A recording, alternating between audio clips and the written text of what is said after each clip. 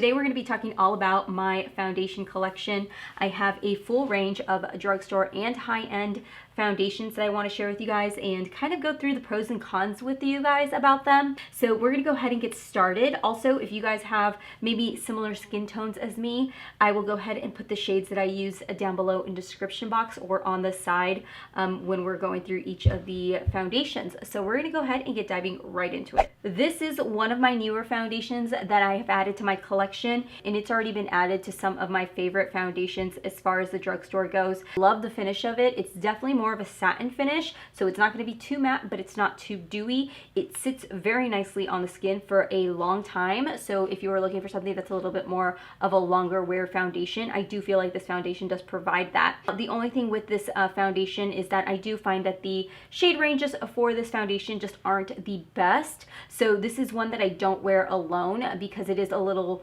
too cool for me.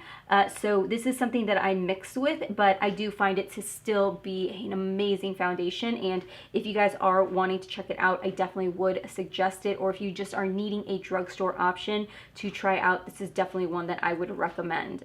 Next one I have is one that I actually just picked up. This is the Wet n Wild Mega Cushion Foundation. Now this one is a liquid foundation. It does have an SPF of 15.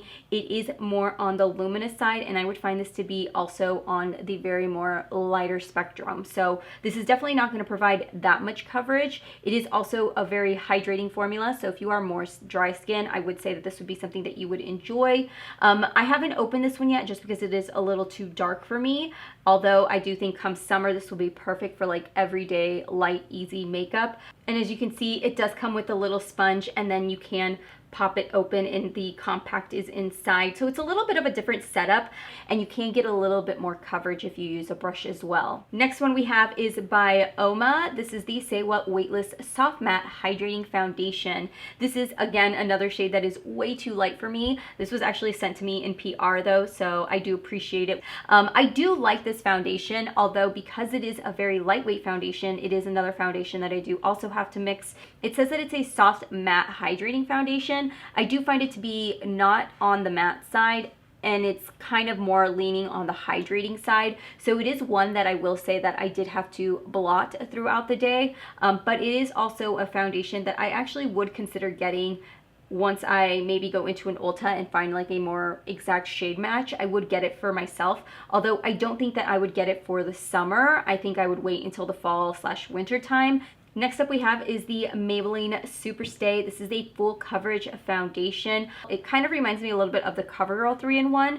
I feel like they kind of are in line. I do find myself reaching for it quite often, and I do find it to be a very good foundation for anybody that needs to cover something up. If you are looking for a more medium to full coverage foundation, this is a really good option, and I really love it because I feel like Maybelline does a really good job at pricing their products, so it's not super pricey. So Maybelline Fit Me Foundation, I'm sure you guys have seen this in so many people's collection. You guys can see that I do have the dewy and smooth and the matte and poreless. The dewy smooth one was actually for one I had purchased for a wedding that I had done last year, but normally what I use is the matte poreless one. This one is in the shade 128. Come summer, my perfect match that I normally go to is a 310.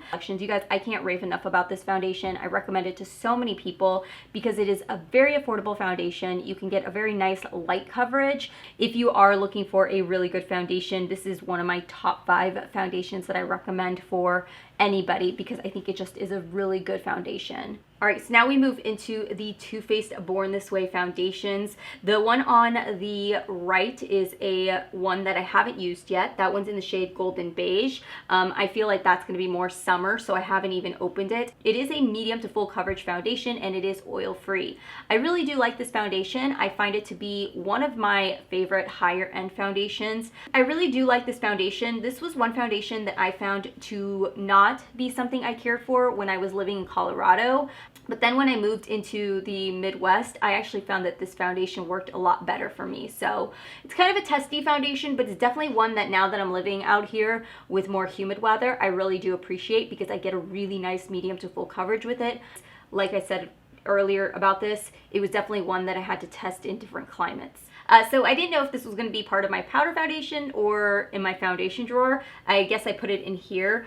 I freaking love this foundation. I did a full on tutorial on like a step-by-step guide on how to do it, because it was definitely one of those more testier ones. I do definitely recommend not purchasing the brush that they recommend with it, but using a different brush, which in the video that I speak about, I talk about all the different brushes that I find to work really well with this. These are the two shades that I have. Don't mind the lines, they're from resting my hand on the back of this box. I will say that when you first apply it, it does look a lot lighter. Like I do typically look a little bit more pale, but I feel like once it melts into my skin and the day goes on and I have bronzer and everything on, it tends to oxidize a little bit and tends to mesh well into my skin. It feels light, doesn't feel heavy, and I'm okay with it, but it does transfer, so just an FYI. Which I ended up picking up this one also. This is in the shade Medium Beige. This is actually one that I found at like a discount store, so FYI, if you guys ever check out one of your discount stores, they do sell them there. So I have 3 of the Stay Naked foundations. By far one of my favorite foundations. I just talked about this in my Holy Grail products, and this foundation has just really given me so much to talk about. I just really enjoy the formula of it. It's lightweight, but it provides coverage. You can get a lightweight to a full coverage depending on what you use, whether it's a sponge or a brush. The finish of it is beautiful. I feel like it's definitely more of like a satin finish in my opinion. So 40 NN was the very first one I got, and it was very much lighter than I had expected. Right in the center, I have 50 NN, and then right now I'm currently using 50 WY, which is what I just used in my latest tutorial, and that is my perfect match right now. Again, I can't say enough good things about it. They've got a really great shade selection to this line as well. Next ones I have are by Revlon. They sent these to me, and then they sent me the shade 180. So they sent me the combination in oily and normal to dry skin. I've used both. You can see the normal to dry skin does definitely tend to run a little pink on me, and then the combination to oily tends to run more grayish tone on me.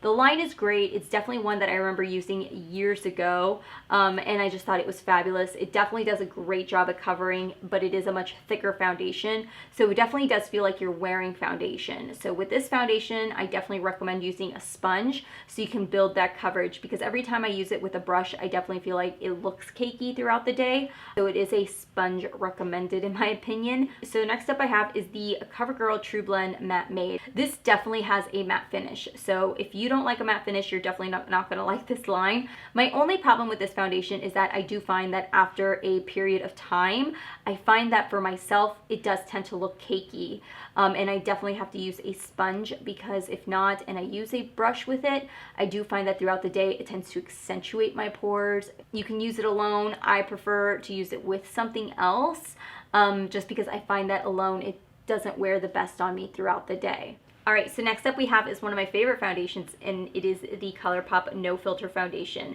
This one is super affordable, and I have gone back and forth with people on whether or not they consider Colourpop to be drugstore. I consider it to be drugstore because it does fall in the drugstore price line, and it also tends to sit at Ulta in the drugstore section. I find that this foundation works very well for myself year round. I love the way that this wears with actually a brush more than a sponge. I like it with a sponge, but I find that the sponge tends to suck it up and make it a lot lighter. So for me, using a brush with this is usually my favorite way to go. It is a smaller glass bottle, and I do like it though. I really don't have anything bad to say about this foundation. This is my 3rd bottle that I've purchased from this brand, and I will continue to buy it. I don't know if you can tell, but I'll flip it around. I've used it all, and I have about maybe a 1/3 of the way left. So I spoke about these here recently. I just brought them also into my Holy Grail foundations. If you guys are dry skin, I definitely think you guys will love this foundation. But even if you're oily combo skin, I think remember this foundation come fall, because I definitely think you're going to enjoy it in the fall and the winter, because it's not super luminous as some other foundations are. This one has a little bit of luminosity, but you can definitely get away with it if you want to set your makeup. So the shade on the left is soft beige, and the shade on the right is golden beige. Right now I am using a golden beige, and in the winter I kind of was just combining the one on the left in with other foundations, but normally this is the shade that I use. I will say if you had to choose between this foundation and then the compact, I would definitely choose this one over the compact, because I feel like the compact one can feel a little bit greasy throughout the day, whereas this one doesn't. I don't really have anything bad to say about this foundation, except that I probably wouldn't use this in the summer because I feel like it won't hold up for those of you guys that are oily combo skin. Here I have the Revolution Conceal and Hydrate. This is also formulated with hyaluronic acid, I believe, and it is a radiance foundation. So I do have shade 8 and 8.5. My biggest con with these foundations is that I feel like the shade selection is very difficult to pinpoint. I will say that even though it is a hydrating or radiant foundation, I don't find it to be super radiant or dewy or luminous like that. Like, it's again one of those foundations that I can set, which is why I still use it, because I can set it and it will stay set. It won't like seep through the powders. I find that the coverage is spot on to where I would like it because it does cover up what I need it to. So this is the NARS Natural Radiant Longwear Foundation. This was sent to me by NARS, and I have the shade Aruba. It is very, very dark for me, so I cannot use this foundation unless I'm in the middle of the summer, which is kind of heartbreaking because this is a luminous foundation. One of those foundations where I do try to make it work, and if I ever use it, I have to use it with a much lighter foundation because you can see that it's just way too dark for me. So for that reason, I feel like this is like one of the only foundations in here that I can't really, well, there's another one, but I can't really give a whole lot on how I feel about this foundation because I don't use it enough. So now we move into this bad boy. This is my baby. I know so many of you guys are like, oh my gosh, she speaks so much about this. I do. This is my baby. This is my Bareminerals Bare Pro. I have the shade Pecan. It is my all-time favorite foundation, you guys. I freaking love this foundation. It doesn't oxidize. It doesn't get crazy when I use different primers. I have some foundations that I sometimes feel like I can use certain primers, or other times I can't use them, or they just don't mix well together. This is just not testy for my skin at all, and when I do have a breakout, this is one foundation that I can always go back to because I know it won't break me out. All right, so now we have these back here. So I have Honey and Mocha, which I just haven't opened, but the one that I have opened right now is the Peach Perfect. This is their Comfort Matte Foundation. I have the shade Golden Beige. This foundation, I feel like can definitely feel heavy on the skin if you apply too much. I do like this foundation, but I sometimes feel like for the price point and what it does, I could still get a foundation that's just a little bit cheaper than this and go with a more drugstore affordable option. So I have two of them back here that I still haven't opened because I'm trying to get through them, but you guys could probably go back into my older videos and I will rave about this foundation. So I picked up another Joah Yours Truly, or Truly Yours Natural Finish Foundation. So this one does come with, I don't know what these are called, I always forget what these are called, but it comes with one of those, and then you kind of, a dropper, that's what I'm trying to say. If you like the Colourpop No Filter Foundation, I definitely feel like you would like this. It's very comparable to that foundation. Same formula, same finish, you know, same wear and everything. If I can't get a hold of the Colourpop, then I go to this. If I can't get a hold of this, then I go to Colourpop. But they're very similar, and that's why I love them. This one here was one that I found at CVS. It was on clearance. Can't really speak on it because I've never tried it, but this is the LA Pro Girl Matte High Definition Longwear, and I picked up the shade Light Tan. I just got sent this not very long ago, so I still have to try this out, but if you guys have tried this, let me know. This here is the AVON Magic Tint Tinted Moisturizer. I'm not really into tinted moisturizers because so many issues with my skin. I always feel like I just don't feel like this would benefit me at all. I just held on to it just to see, maybe try it out here once my skin clears up a little bit more. But if you guys have tried it, I would definitely like to know your thoughts. Then we move into Estee Lauder's Double Wear Foundation. This here's in the shade 3N1. Definitely does get darker, so I do feel like I need to go down a shade. I don't use this as much in the winter time because the shade is a little too dark, and I feel like in the winter my skin doesn't need to be that matte. I've talked about this, one of my holy grail foundations. I always have this in my collection. No matter how many other foundations I go through, this will always be in my collection because it's just one of those foundations that will hold the test of time. This is the Wander Beauty Nude Illusion Liquid Foundation. I have the shade Tan. It does come with one of these like concealer wands. I'm not a fan of this at all. I do find that this packaging does get messy, so that's kind of like, I know it's petty, but I don't like the packaging on this at all. It does wear the same as my Wet n Wild one, but if I was going to recommend a more luminous foundation, I would definitely say go with the Wet n Wild instead of Wander. Next up I have is the L'Oreal Infallible Freshwear. This is the 24-hour Freshwear foundation. I have the shade 455. I definitely feel like I'm very wishy-washy when it comes to this foundation, because some weeks I don't like this foundation and other weeks I'm like, I don't know that I can live without this foundation, because I want to say it reminds me a lot of the Wet n Wild one. It's not as dewy. It has a little bit more coverage and it gives me a little bit of luminosity, but it's not super long wearing on me. That's my biggest thing. It's just not super long wearing. But aside from that, some days it looks really great on my skin and it covers and my skin looks fabulous, and then other days I'm like, what is going on? I would recommend this to people that are dry skin, maybe even normal skin. I don't know, this is again my wishy-washy foundation where I'm not sure I wanted to keep it, and then I used it in my project pan, and now I'm like, I don't know how I feel about you. So I only have 2 left. The next one I have here is the Believe Beauty. This is their Skin Finish Foundation, and I have the shade Buff. I really can't speak a whole lot about this foundation because I just got it about 2 weeks ago and I've only used it a handful of times.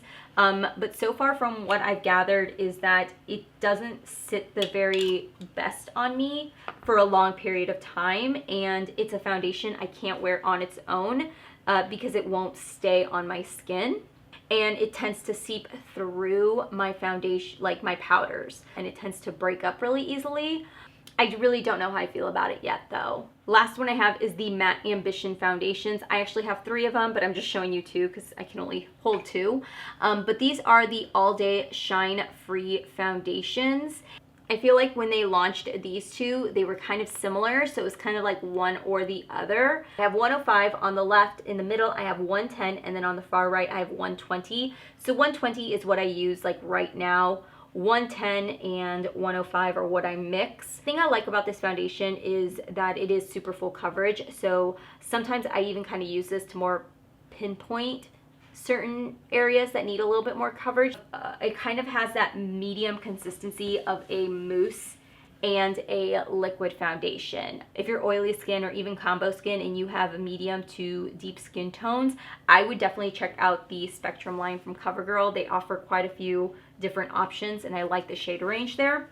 All right, so there you have all of my foundations. I just kind of organized everything by higher end and drugstore. You can definitely see I have a lot more drugstore than I do of high end, just because I've always been a fan of drugstore foundations. But that is my collection. If you guys are wanting to know the shades again, I'm going to put everything that I have listed down below. Thank you so much for watching today's video. If you guys are wanting to see maybe a different collection like my loose powders or my pressed powders, bronzers, whatever it is, let me know down in the comments. And if you guys enjoyed this video, please give it a thumbs up. It helps me out a lot.